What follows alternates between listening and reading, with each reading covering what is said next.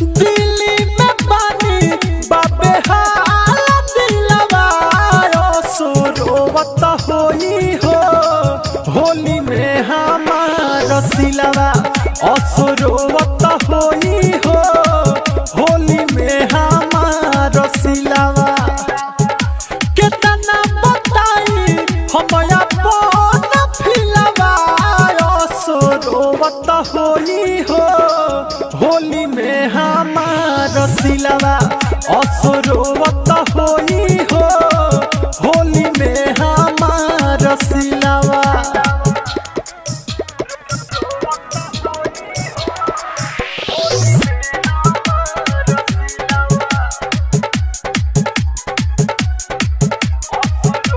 DJ Rupesh भेला DJ Rupesh भेला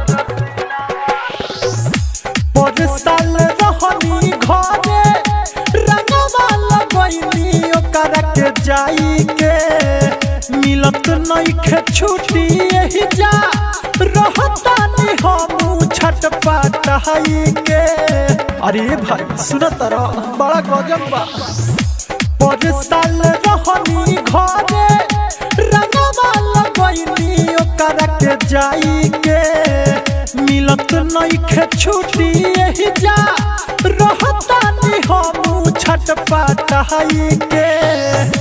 बिसरत नइखे गलिया के दिलवा हो बिसरत नइखे गलिया के दिलवा रोवत होई हो होली में हमार सिलवा रोवत होई हो होली में हमार सिलवा।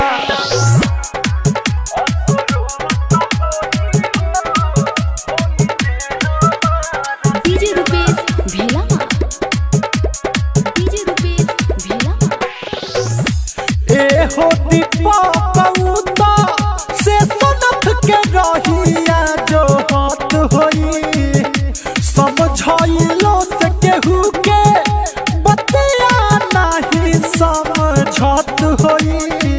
अरे का करबो बड़ा प्यार करले हो।